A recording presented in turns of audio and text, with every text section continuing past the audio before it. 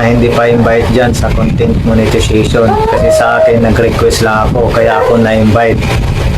Ang gawin nyo lang idol, bago kayo mag-request, kailangan linisin nyo muna ang account nyo para hindi kayo magka-problema, magka-violation. Tara na mga idol, punta tayo sa ating Facebook app at sundan nyo lang ako. Punta lang tayo sa ating Facebook app and then click natin yung ating profile mga idol.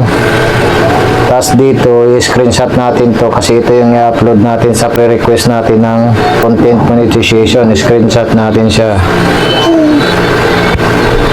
At kailangan idol, kailangan 3 screenshot ang isasubmit natin. Tapos click natin yung professional dashboard. Tapos click din natin yung insight.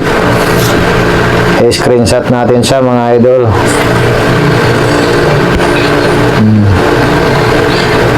Tapos punta naman tayo sa monetization. I-scroll lang natin pataas. Ayan. Sa akin idol, na invite na ako sa content monetization. I-screenshot natin siya para makita ni Boss M kung na-invite na kayo o hindi. Ayan, may 3 na tayong screenshot. Ayan, babalik tayo idol para ma-copy paste natin yung link natin. Dito idol, click nyo yung 3 dot. Scroll lang natin pababa. I-click nyo yung copy link para may link natin siya sa request natin. Pagkatapos, balik tayo ulit sa profile natin. Click natin yung 3 line sa taas. Tapos, report a problem. Scroll natin pa taas. Continue to report a problem. Antay lang mga idol, naglo-loading. Mahina ang signal natin. Tapos dito, include. Click mo lang yan.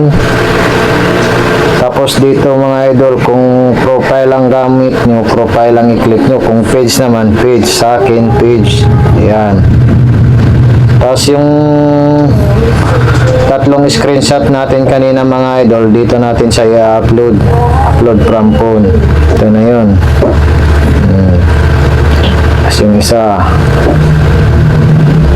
Ayan. Tapos yung isa.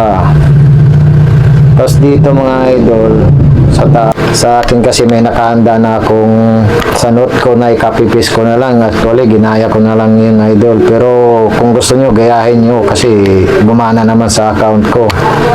Type nyo lang siya, dear Facebook team. Baba lang natin siya. Tapos dito mga idol, yun na lang natin, i-copy paste muna natin yung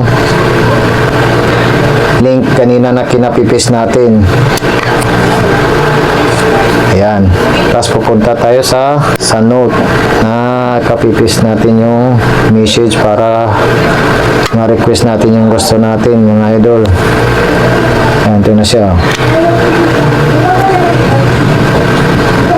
Semicolon, copy. Ayan, balik tayo. Tapos dito mga idol, baba lang natin siya. Tapos copy-paste natin mga idol. Ayan.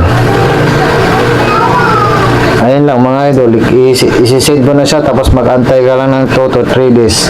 Sa akin mga idol, di ko na isi-send kasi invite na ako eh.